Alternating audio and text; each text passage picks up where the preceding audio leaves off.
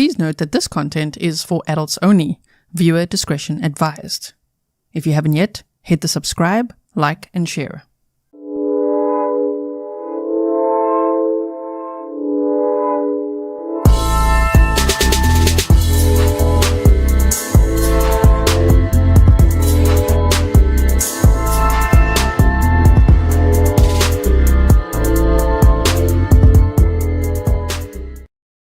Hello everyone, and welcome back to another live stream with me, Gisela K. This is Grizzly True Crime, and happy Friday to all of you if you are watching live with me from wherever you are watching from. As you can see, Arlene is saying hi from Scotland. There's people watching from all over the world, so welcome to you. Welcome to all my moderators. Thank you so much for everything you do. And also, today is one of our moderators, Rochelle Pranzo's birthday. So happy birthday to Rochelle. I hope that you have a wonderful day.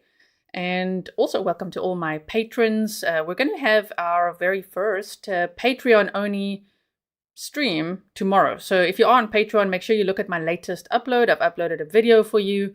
And there I explain everything as well as in the description box as always. So go and check that out. And welcome to all my members and just everyone. Okay, are we ready to watch this press conference? Maybe we need a quick recap. Just hold on one second. I hope I still got the right presentation here. Just give me a second. Hold on. Gotta find it for you. So today we are actually following up on what we did yesterday, of course, which was about this guy, Justin Mohn. Wow, what a story, right? Let me just try to find that one. There we go. Okay. 1 second, please. Please like and share so that others know we are live as well. And I hope to see you at the later live stream too, because we do have another live stream later. So this happened in Levittown, Pennsylvania. That is the mugshot of the guy we're talking about and what the press conference is about today. And so let me quickly give you a really quick overview, right? We're going to look at this first page, which is also why I made it yesterday. So we can just, anytime we need a quick reference of what is this case about, maybe you guys missed the live stream yesterday. Maybe you'll check it out later. You might want to. It was quite a deep dive. So Justin Mohn, 32, has been arrested and charged.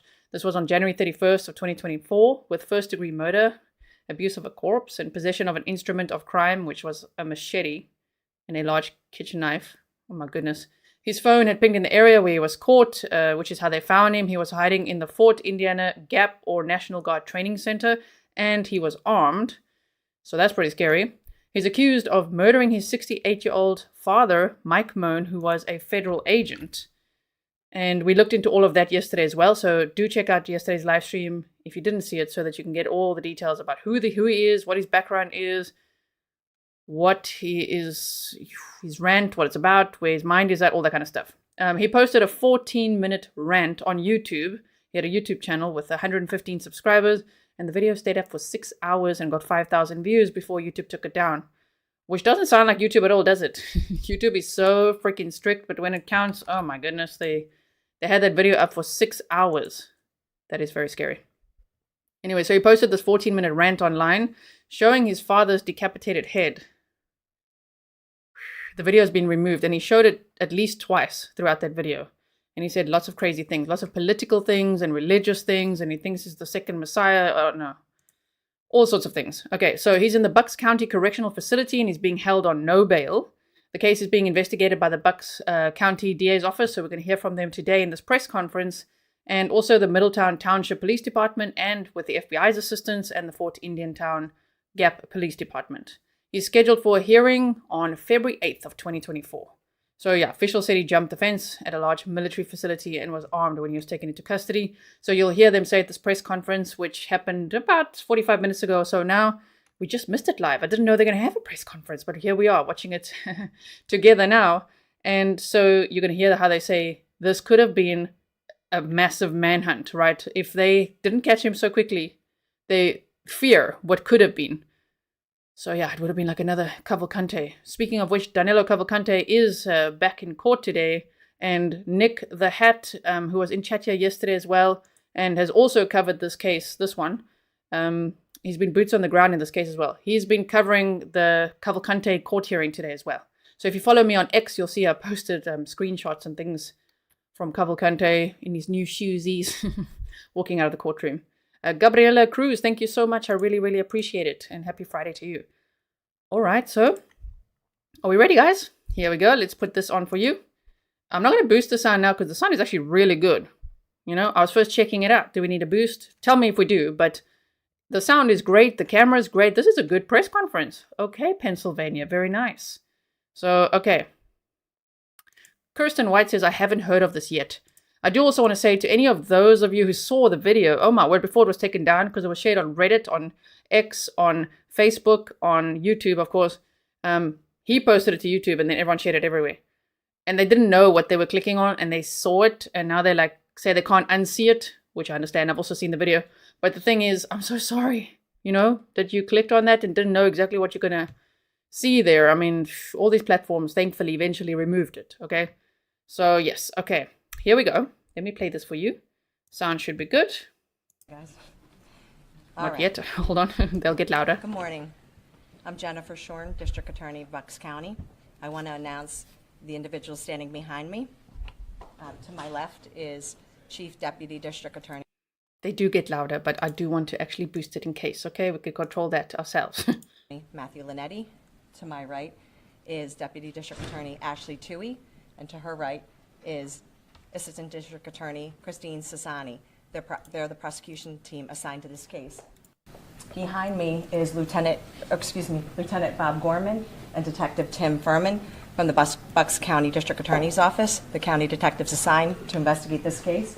Directly behind me is Chief Martin McDonough, our Chief of County Detectives, and to his right is Detective Kevin Pletnicki, and to his right, Detective Jake Gallagher with the Middletown Township Police Department, and to his right, Lieutenant Steve Foreman from the Middletown Township Police Department, Chief Joseph Bartarillo from the Middletown Township Police Department, and finally, Captain Pete Feeney of the Middletown Township Police Department. I just want to start with commending all of these individuals for the work they've done thus far. And Miss Wales says, I just wanted to check that you are not going to show anything. Do you know me at all? Miss Wales, you've been here for a while. You know I would never show something like that. Of course not. Definitely not. the work they're going to continue to do on this case.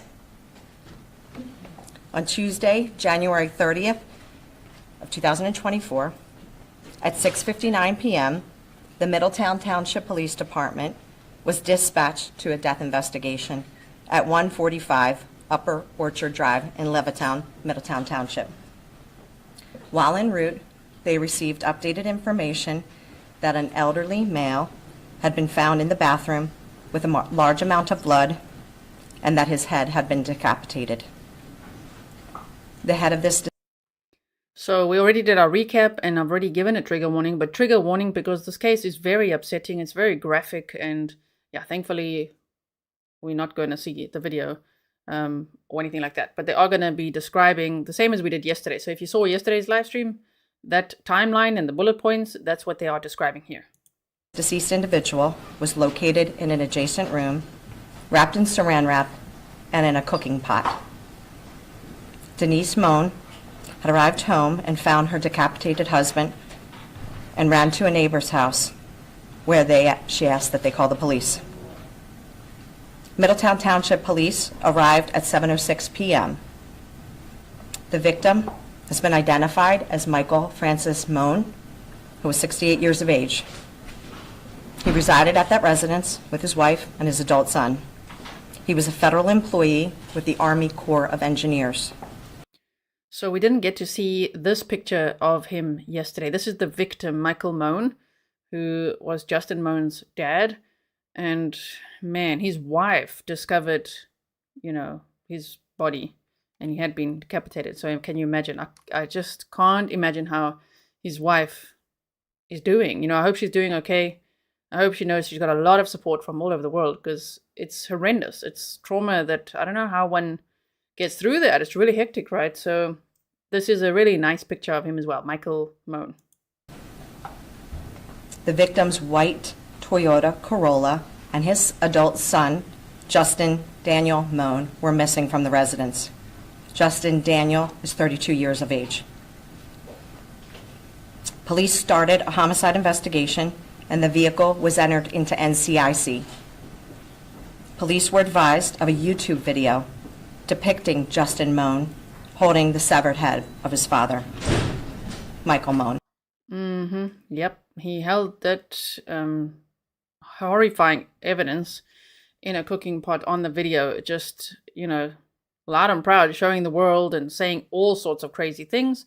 Also, if anyone's struggling to hear, just put your earbud in the other ear, because it's mostly in the right-hand ear. Press conferences, as much as this one, great camera, sound is good. It's unfortunately, the sound seems to only be majority on one side, okay? So just listen in the other ear if you can. Multiple calls were received by 911. Details of the video are as follows. The video is a 14-minute and 34-second video of Justin Mohn, where it is titled Mohn's Militia. It's a call to arms for American patriots. The video appears to be taken in the same bedroom of the home where bloody gloves were found. In the video, Justin Mohn is holding a human head detached from the body that was wrapped in plastic. Justin Mohn advised that the head is Mike Mohn's head. During the video, Justin Mohn advised that Mike Mohn is in hell for being a traitor to his country. During the video, Justin Mohn provides his identity and advises that he is the commander of America's National Network of Militia, also known as Mohn's Militia. This guy, I'm just showing you a picture of his mugshot at the bottom there in case you haven't seen it. That's the guy they're talking about. He was 32 years old and he graduated from the Penn State University in 2014, and he had part-time jobs since then, and he pretty much blames the United States of America, the federal government, the Attorney General, and everyone for him not being able to secure a job. He tried to sue the federal government 4 times for $10 million. He wanted $10 million in damages because he says that they didn't warn him that once he gets, a student loan, that he's not going to be able to get a job. So they owe him for making him loan that money, basically, right? Valerie, thank you for being a member for 6 months. Yeah, I don't know. We'll find out some details like that, I'm sure, later. But it's all very gruesome and horrifying, isn't it? Sure. During the video, Justin Mohn advises that he is giving the following order for all militia and patriots across the USA to kill federal employees.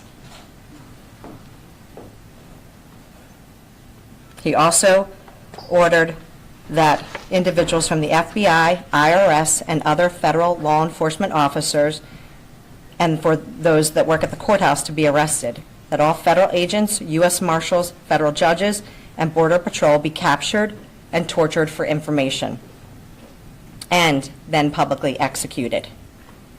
Justin divulges the home address of a federal judge and puts a bounty on his head and heads of high-ranking federal officials. He demands violence against all federal employees, but exempts state government, state governors, and state employees. Sure. We looked at some of the transcripts from that video that he posted yesterday. So if you missed the live stream yesterday, do check it out. I think you guys would find it very interesting.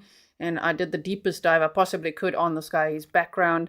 Heidi says, did he live at home? He did. He was 32 years old, living at home. And he said that he was a musician and an author of 7 quite crazy books, all sorts of things. So we looked at that yesterday. And in one of the songs, he said, Momunist, the communist, because he was upset that his mother wanted him to pay off his student loans and get a job. And he also made a song saying that his dad was jealous of him and wouldn't let him succeed. So this guy blamed everyone but himself for his own failures. You've never seen such projection in your life as this guy, from what we've seen so far. Okay. The suspect's phone was pinged, and it was, again, an outstanding effort by law enforcement to work in such a expeditious fashion, pinging the defendant's phone and identifying his location. It was determined that the location was showing at Fort Indian Town Gap, a National Guard training center in Levittown County, Pennsylvania. The suspect drove his vehicle to this location. He climbed a barbed wire fence. After he drove his vehicle past the barricades first, exited his vehicle, climbed a barbed wire fence, and entered the secured military installation. Fort Indiantown Gap Police Department were notified of the ping in their jurisdiction. Shortly thereafter, Fort Indiantown Gap Police Department and the Pennsylvania State Police located Justin Mohn trespassing on governmental property. Justin Mohn was taken into custody without incident. The defendant had a loaded Sig Sauer 9mm handgun on him. So we didn't know yesterday exactly what he had on him, but a 9mm Sig Sauer handgun on him. Also, the picture that I have of here is of the victim, Michael Mohn. Just to clarify, in case someone's just joining now, we're busy watching the press conference that just took place right before we went live here about this investigation. So I thought it'll be interesting for us to see this. There's not that much they shared that was new in the initial part of this press conference, but afterwards, when people ask questions, then we got to learn just a little bit of new information. And it was loaded, as mentioned, missing one round. Justin Mohn was taken into custody. The defendant stated he went to Fort Indiantown Gap in an effort to mobilize the PA National Guard to raise arms against the federal government. He also indicated that he wanted to speak to Governor Shapiro to join forces. The autopsy of Michael Mohn was conducted on Thursday, February 2nd, by Dr. Ian Hood, forensic pathologist. It was determined that Michael Mohn suffered a gunshot wound to his head and then was subsequently...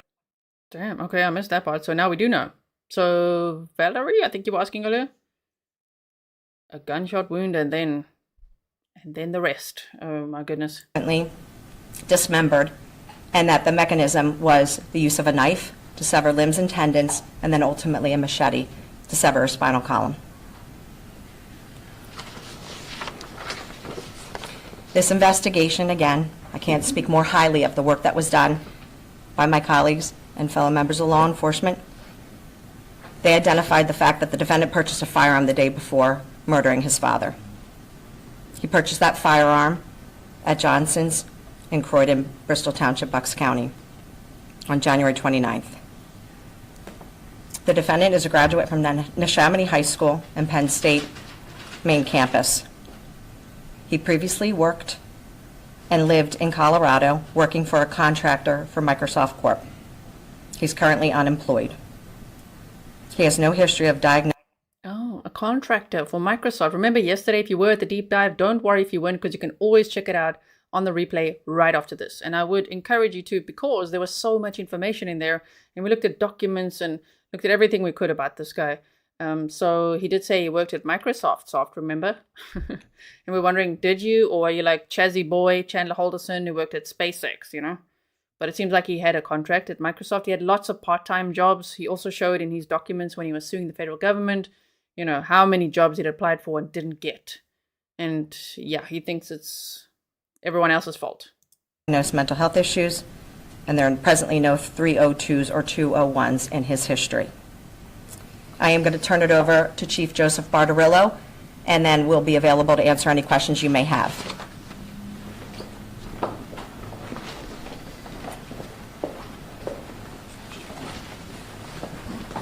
Good morning, everyone. I'm Chief Joe Bardarella from the Middletown Township Police Department. So I want to start off just by saying that me and my entire police department, our hearts ache for the Mohn family. I know we had a meeting with them last night at our police headquarters with Victims Advocacy, and I just want to let everyone know that we will be with them every step of the way through this incredible ordeal that they're going through. And also Also, if you guys were there yesterday, you know that shame his mom found, you know, her husband like that. And I really hope that no one sent his siblings the video, because that video started circulating everywhere, you know, before YouTube took it down. And I mean, now it's out there. Mostly it's been cleaned up from the internet, but you know, there's always places where it is, which is very sad. Inks, oh my word, it's so nice to see you. You said the day before? What the heck? Yeah, I wonder what triggered it, you know? Upper Orchard community, which is one of our small communities within our Levittown section of our township, you know, as the whole community mourns and aches over this, that our police department will be right there with them as they recover, you know, on the road to recovery from what they've had to experience. You know, the family was very well known, had a lot of neighbors and close friends that really cared about them. So I just want to put that out there first and foremost.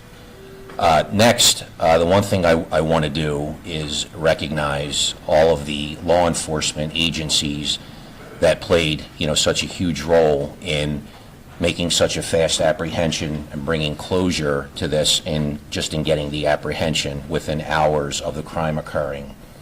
We were discussing that if Justin hadn't been apprehended, can you imagine the manhunt that would have been underway, shortly thereafter, and how everything would have been focused on finding him, and how the entire community would have been in a state of panic. So one of the things I want to do right now is just praise our law enforcement.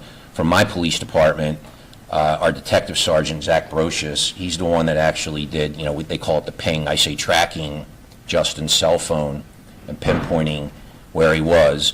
Two of our detectives are here, our lead detectives on the case, Jake Gallagher and Kevin Platnecki, but all of our detectives were at the scene that night. And that was our first priority, getting to the scene, preserving the scene, but then locating Justin, who went quickly from a person of interest, obviously, to the suspect. And with that, police department that I'm learning more about every day, the Fort Indian Town Gap PD, who did an incredible job of rapidly responding when we called them and told them that we had a general idea of Justin's location based on cell phone tracking. They located, Fort Indian Town Gap Police Department located his car first, and then later on, based on continuous cell phone tracking, were able to locate and detain him without incident. I don't know the full circumstances as to where. They do say the fact that he fled in his dad's car and went to hide out at the National Guard training center and everything does show that he's not completely insane, He's mentally fit to make those decisions. Sure, I'm so glad they caught him quickly. Otherwise, we do like a manhunt, but it's scary for everyone. He could have hurt a lot more people, So I think they really saved lives by catching him quickly. One of the Grizzlies actually emailed to say that their son works at that very National Guard Center where this guy was arrested. So I'm glad that they're okay too. Where he was detained, I think he did climb over a fence and get into the fort. He might have been armed, but you have to ask their police department about it. I'm very grateful to the Fort Indian Town Gap PD for the outstanding work they did in getting that apprehension as quickly as they did. So given that, I do want to thank them, and also Pennsylvania State Police. And in addition to our police department, we're very blessed to work in a county where we have an outstanding relationship, and we do a lot of mutual aid and we assist each other. We're 39 small police departments, 43 law enforcement agencies, supported by what I think is the best district attorney's office in the state. So I want to thank District Attorney Shorn, Chief of County Detectives Martin McDonough, and his entire staff, and also our coroner's office as well. Now it feels like when you're on an airplane and then your one ear might be blocked and then it pops open. That's what it feels like now, because sound just came back. Left ear and right, okay, for all of us. So I hope you can hear better now. For their incredible support in helping us process the crime scene and being there to provide the additional resources that we needed in order to handle, what has become, a very significant event and case that's gaining national, if not worldwide, attention. So I just wanted to make sure that I thanked everyone who supported us through this. So our detectives were on it from the start, and they're still working. We've been very busy, and we're going to continue to be busy as we continue to work through investigating this case. It's not over just because an arrest was made. There's still a lot of information that has to be done to ensure that we move through with a successful prosecution. So with that, I really don't have anything else to add. Hang on one second. With that already, does he know? The media's like, me. Okay, question time. So it is question time now. Also, did you guys know that this is about 100 miles away, 105 to be exact, from where Koberger's parents' house is? It's 105 miles southward from that, closer to Trenton. Sure, okay. Koberger was also there, arrested there.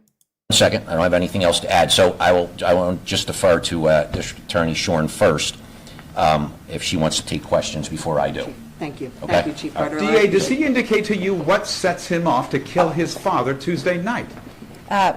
So I've shared the information that I'm able to share at this juncture. As you know, this is an ongoing investigation with the most talented members investigating this case. I can't speak to anything further beyond what I conveyed thus far about statements made. Jen, is there any evidence he was a member of a militia?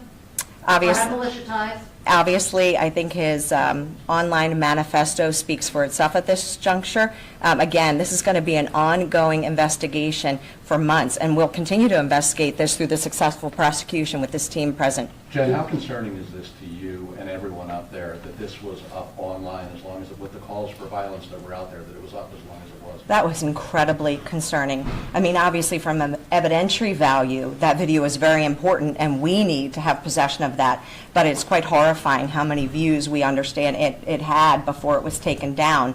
Obviously, we were able to capture and secure that video because it's pretty self-explanatory as to who's responsible, although these are allegations at this point. So that's very concerning. And I got to tell you, Jim, when to Chief Bartolorella's point, the fear of what this could have been, I know that Chief McDonough and I were expressing that night. I know Chief Bartorella was living it that night, and it was thanks to this outstanding collaboration of the men and women in law enforcement. MB is like, thank you, MB. MB's like, no politics. I like the way you're shouting that. You're shouting that. Say it with your chest because, sure, please, let's not get political. It's also really not good for the stream. I mean, YouTube hates that. Even though they allowed this video up for 6 hours. Can you believe it? That they allowed the guy to post, Justin Mohn, on his channel. 6 hours, 5,000 views. Whoa. I'm glad they finally got it done. But when they say now, you know, they managed to secure the video and it's now evidence and all of that. Yeah, unfortunately, a lot of the internet secured it. There's still little clips and pictures and all sorts of things being circulated out there, which is very unfortunate as well. If you do see that, please do report it because it can help. There must be many people reporting it. That's how it was taken down the first time. Is because people saw it and got a huge fright. You can never unsee it. And then they clicked report, report, report, and eventually YouTube attended to it. But of course, by then they shared it on TikTok, on X, on Facebook, and everywhere. Now it's for every platform to deal with that. So if you see it, do the right thing and report it, okay? And also I should mention the U.S. Marshals assisted in making sure that individuals named were safe. But that was the reassurance that we all needed to know that we're safe and that this case will be prosecuted. You know, was he a legal buyer of that gun that he buys the day before killing? He was. There was nothing legally precluding him from purchasing that gun.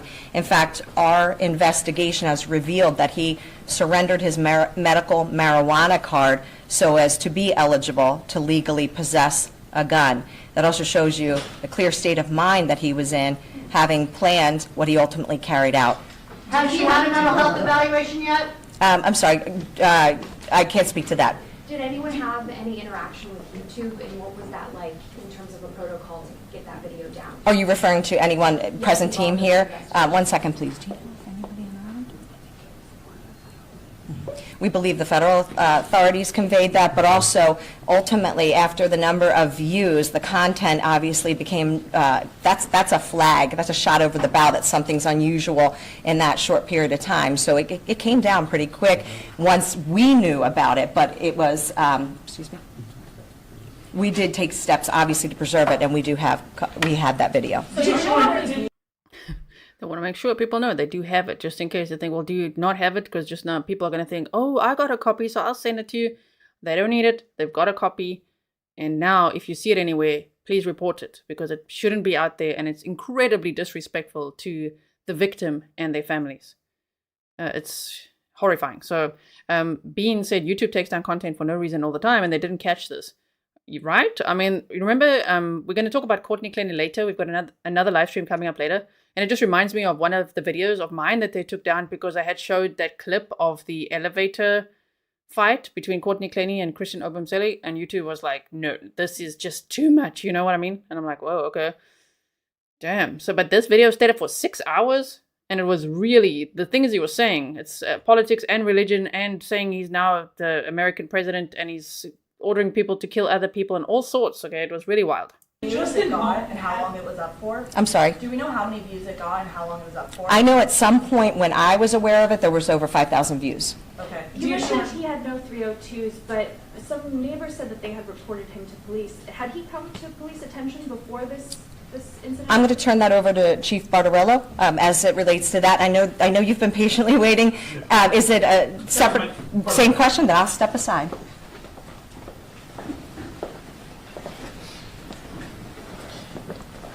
So I have been emailed by several reporters regarding our police department's past contact with Justin Mohn. So we went through our records management system, and our police department is... Okay, whoa, they're going to talk about the red flags now. So they've had past interactions with him. So let's hear what that's all about, because we wanted to know more about that later. And we do know that people had posted about him on 4chan and had actually said that they did report him to the FBI just in case, because of how concerning his behavior was and the things that he was saying online and in his books and in his music and everything. So, yeah, shame. Okay, now let's have a listen. Had 3 prior contacts, 2 direct, 1 indirect. One was in 2011 when Justin was 19. He had an argument in his home driveway with someone. There was nothing criminal there, and that was resolved. One was in 2019. Justin reported that he received a threat from someone at Progressive Insurance in Ohio because he was suing them and just wanted a record of it. And then last year we did not have contact with Justin, but his employer from Philadelphia called one of our officers and just expressed concern about, Justin's behavior at work and wanted legal advice. Reminder, if you don't like commentary, then this is not the place for you. That's obviously the whole reason to have a YouTube channel, is to make commentary. If you want the news without commentary, you got to go watch the news. This is on Fox 29, okay? So you can go watch the press conference there if you don't like me interrupting.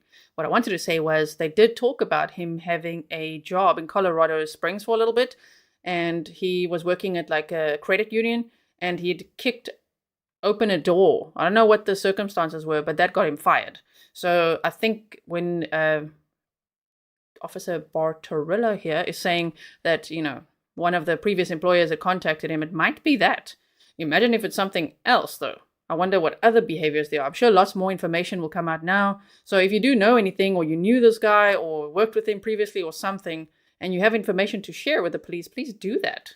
Advice on how to go about terminating his employment, which we don't do. Our police department doesn't offer that. That's for his, individual employer. So we did refer the employer, to seek out, legal resources for that. And also because it was in Philadelphia to, refer anything work-related, if they were concerned, to the Philadelphia Police Department.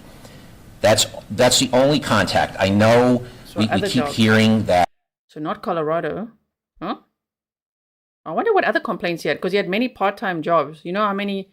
Remember with like Koberger, oh man, like going through all the jobs that he previously had as a security guard, and then at like some fish place and all the things we went over, that starts getting very interesting hearing all those red flags, which of course on their own, one would be like, that guy's a little bit weird, but sure, stacking them up and now given the circumstances, it's scary to think back. Police were outside of his home at various times, outside of, what I just mentioned. I can only speak for the Middletown Township Police Department. We were not. Did he have a history of threatening the judge that you mentioned in the YouTube video? Not that we're aware of. It was never reported to us.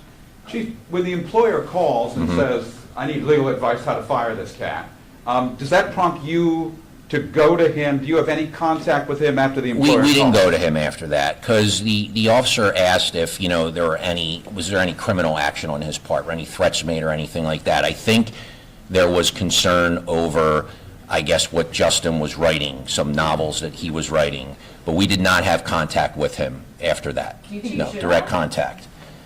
Based on what the information that the officer gathered, and what the decision the officer made, no, I don't think we needed to have contact with him after I that. believe DA Shorn touched on his intentions out in Fort Indian Town Gap. I don't know if any colleagues of Gap Police were in contact with you. I just wanted to ask again if there's any way to know what he might have been up to and what the next few hours, had he not been caught, might have held.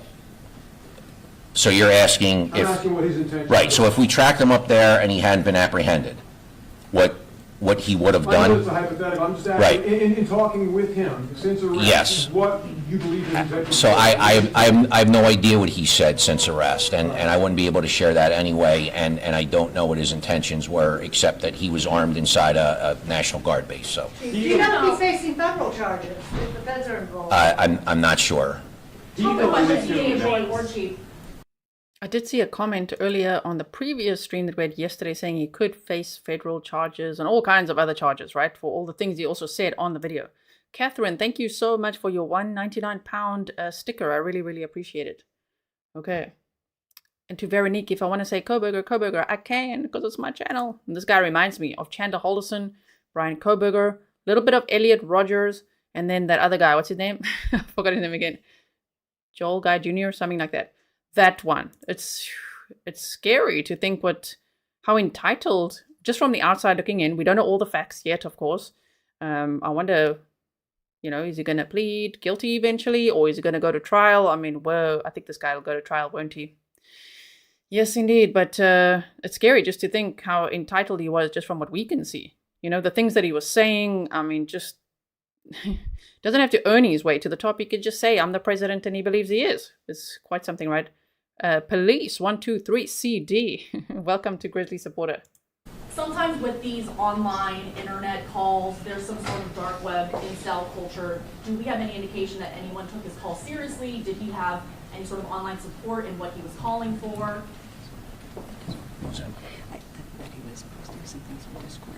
Right. You want to speak to that? Yeah, I'll Go ahead. speak to that. Obviously, as mentioned, this is still very much an ongoing investigation, and this investigation will take months, not days. But we do know that there was some communication on Discord as far as that is what we've learned, and we're still investigating that. Yeah, apparently he was trying to recruit for his, and let's hope YouTube doesn't flag this word too much, but he called it Mohn's Militia. So he was trying to, start a whole group for himself there. Seems like he wanted to lead the group, and it just sounded extremely savage. So a lot of Discord servers actually banned him and kicked him and things like that.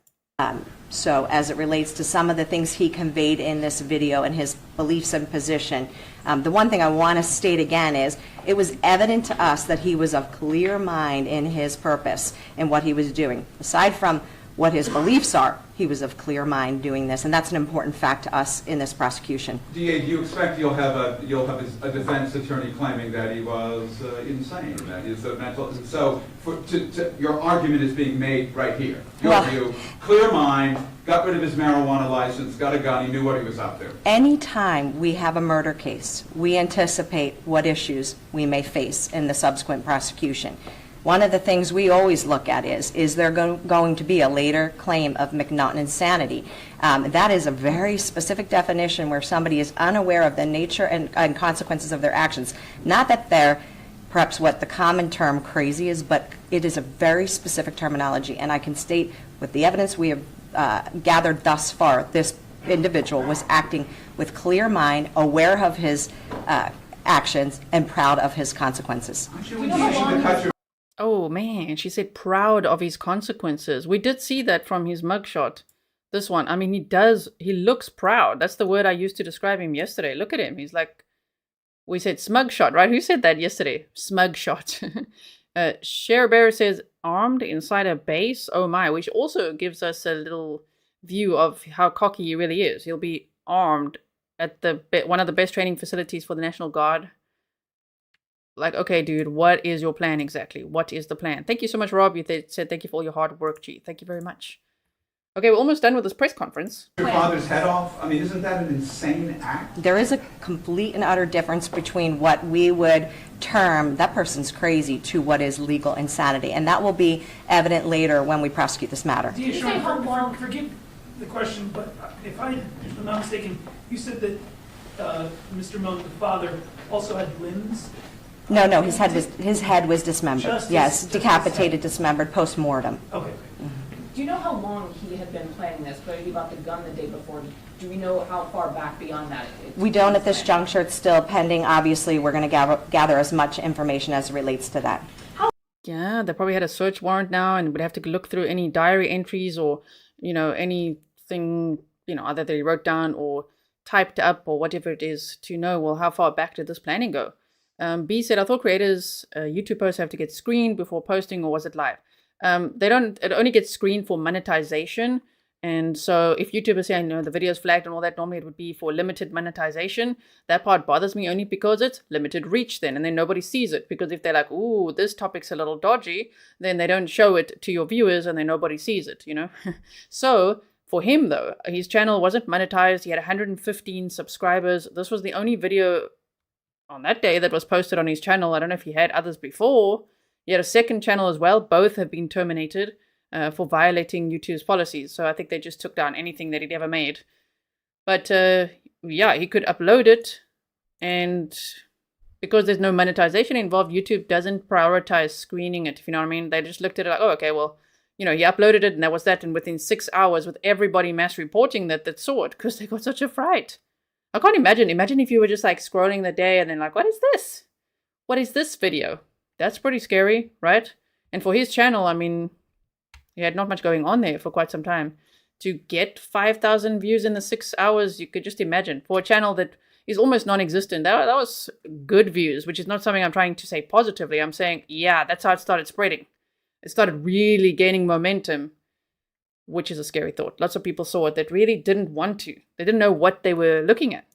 How long was he in the base before he was arrested?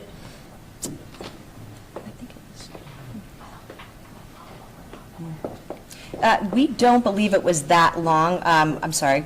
We're still gathering that information. We obviously have a pretty good sense of his movements based on the investigative work that was done. And we believe shortly after the post that his path of travel was directly to Fort Indian Town Gap, and that is consistent with the timeline that we know. He lived with his parents. It's not like he was some estranged son who came out of nowhere for some sort of vengeance against his father. Is there any indication from mom or any other relative that there was anything leading up to this? I can't speak to that at this juncture, but I can echo what I could not have said better than Chief Bartorillo, in that our thoughts are with this family. This is the unimaginable. So, you know, that's going to take time. We're going to provide the resources for this family, but this is truly just unimaginable for them. So, you know, again, we'll continue to investigate. Are there any new charges? He took his father's car, for example. Would that be additional charge? Anything new on that front? It is not uncommon for us at some point later to add charges. We'll evaluate that. This team of attorneys will evaluate what charges additionally are appropriate. But we wanted to make sure that we were charging immediately that night to take him into custody, and he is in custody without bail at the correctional facility in Bucks County. Do we know when he gave up his medical marijuana card? Days before. Okay. In his video, he had alluded that he had a previous contact with the FBI. Are you or Middletown Police aware of any previous contacts with the FBI, Federal Protective Service, Secret Service, any of those federal agencies? All questions as it relates to any federal probe or, federal contacts that existed prior to this homicide investigation, I'm going to refer to the FBI or Department of Justice to field those questions. Yeah, is he talking to you? I can't speak to that. Is he answering your questions? I can't speak to that. We're not able to speak to that. Is he proud of what he did, do you think? I mean, look at the picture there. He seems pretty calm and somewhat proud of himself. I think you can draw conclusions, your own conclusions, then I'm not saying that in a facetious manner. But earlier, they said proud. And he sure looks proud of himself, which is disgusting, right? Based on what the allegations are. From the video and how he, for those of you that viewed it, how he presented on that video. So, but I can't speak to that. Out of his 131 subscribers, are you investigating any of those for answering this call to arms that he put out? We'll obviously investigate anyone and everyone who is associated with this homicide, with the subsequent dismemberment, with the then events to flee the scene. We will consider anyone who may be an accomplice. Was anyone else in the house when this happened? That was an interesting question. Initially, they said 115. Now they're saying 131. Now, who are those subscribers? Huh? Who clicked the subscribe button over there? That's a bit scary. There would be people that would think like him and even look up to him. As we saw yesterday, I told you about some 4chan posts that say like, he is our president, he's a hero, he did the right thing, and all sorts of stuff. They're praising this guy, which we've seen happen with mass shooting cases and things. Sometimes these people are examples for others, which is very scary. Okay, so I wonder if they are investigating that. happened, or was it just the victim's wife when she came home? The victim's wife who discovered it she was home alone. So if there's not any other questions, I think, go ahead. You said he'd never been diagnosed officially with any mental illnesses. Do we know how? I didn't say that. I didn't say that. I can't speak to that. Oh, okay. I can't speak to that. Do we know how he got his marijuana card? I don't know that. Okay, thank you very much. Appreciate you being here. And that's the end of the press conference. So thank you so much that we could watch this together. Oh man, I'm sending so much love to Michael Mohn's wife, to his kids. Oh man, to all the family and friends. This is devastating. To the community. I do want to show you some clips quickly of what the neighbors said. So let me just find that for you. I had it here. Okay, then I got to hurry up because I got to get ready for the next stream. This one. Okay, let's see what they say here. Levittown home, the scene of mayhem Tuesday evening, shock and sorrow today. You just don't wake up in the morning and think, you know, I think I'm gonna cut his head off. Give me a little something to do today, you know? I can't even believe that could happen, but it happened. The nearly unspeakable event happened at 7 p.m. Tuesday when Middletown Township Police were called to the 100 block of Upper Orchard Drive in the Levittown section to find the victim, 68-year-old Michael Mohn, decapitated in the downstairs bedroom. According to court documents, in a nearby bedroom, the victim's head was found. Okay, we've gone over that. I just want to show you what the neighbors said. Oh, they're going to show a little clip of him. YouTube by the victim's 32-year-old son, Justin, in which he rails at the federal government and lifts his father's severed head to the camera. Tracking his cell phone, police trace Mohn to Fort Indiantown Gap, nearly 2 hours away, driving his father's car, where local and state police arrest him. I'm glad they caught him. I hope, we start taking mental health serious and figure out why so many people are willing to do these things. Siani Wells strolls with her 8-month-old Silas while news of the stunning violence draws the curious to this community of tidy homes. Charged with murder and abuse of a corpse, Justin Mohn is jailed without bail and is the... Such a dramatic media clip, right? But yeah, it is. It's a very hectic case. And then this one. I just want to show you this one quickly. Maybe I'll have to reset this again. There we go. Neighbors out here have been describing what they call odd behavior by Justin Mohn. Nothing violent, but just situations that made them feel uncomfortable. One neighbor says she opened that gruesome YouTube video without knowing what was on the other end. I totally screamed. Like somebody sent the video and I opened the video and I was like, oh my God, that's the guy that, I see every.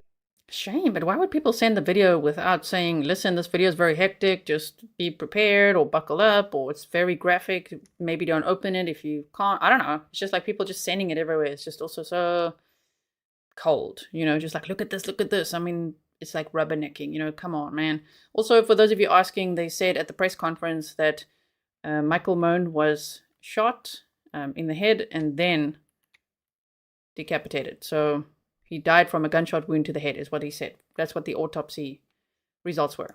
Every day that I knew something was unhinged with him. So a lot of us, especially the people that walk the dogs, we've seen him. He's a fixture in the neighborhood. He would just walk around, always had his water bottle, and he would stop in random spots and just light up a joint and just start smoking. And neighbors say they noticed changes in Justin Mohn's behavior several months ago. The 32-year-old is accused of beheading his father, Michael Mohn, and posting the gruesome video to YouTube holding up the severed head. Okay, the rest of the facts we already know, so we went over that yesterday. I'm going to make sure that in the description box I put the link to this deep dive that we did yesterday. So if you missed it, we went over exactly who he is, like who is Justin Mohn, his background, everything. His Amazon bio, there's one of his books, The Second Messiah, his music, just everything we could possibly learn about him and his family, the timeline as well. And here is some of the transcripts from that video that he posted, the 14-minute video. So you can pause to read here as well. On yesterday's live stream, you can also just pause and read some of it if you want to, just to kind of get the gist of what the heck this guy was saying, right? So, yes. Mommy of 5 says he made a video. Yeah, he made a video. He seemed very proud of his video and showing his dad's head at least twice. It's, sure, what a case, right? Okay, so let me just quickly go here and just show you preview still from what we looked at yesterday, just so that you can go and see that maybe you want to check it out. Were there any red flags? We looked at these 4chan posts and other people had reported him previously to the FBI just in case, because they were getting worried about the things that he was saying. So, yes, rest in peace to Michael Mohn. What a horrific way to die. And for his body to be treated that way and posted online, and wow, that's just unbelievable. So, thank you so much, everyone. I really appreciate you being here with me on this Friday. Thank you for spending some time with me. I hope that you'll come and spend some time with me for the next stream, which is happening in 90 minutes from now, 98 minutes from now to be precise. Well, I guess once I stop talking, in 95 minutes. So this stream should teleport you or redirect you to that one, but I will also put the link in the chat if you want to check it out. I made a YouTube short on Courtney Clenny's parents being arrested. So you guys seem to like the short as well and had some questions and things. So I thought, well, let's look at the documents and let's talk about it. Let's see, what are the parents accused of? What did they do? Who's Courtney Clenny? We'll do a little recap of the case as well, just so that we're all up to speed. I don't have a trial date for her yet, but we'll check it out. So I'll see you there in 97 minutes or 95 minutes by the time this live stream is over. Thank you so much, mods, for everything you do. If you are on Patreon, please check out the video that I made for you today. You might like it. There's always behind the scenes stuff, you know, telling you about an armchair that I'm reupholstering that you get to see, where I make my YouTube shorts and things like that. And we're going to have a Patreon only live stream tomorrow. So go and check it out because the link is over there, all right? And I will see you all a little bit later. Okay, bye.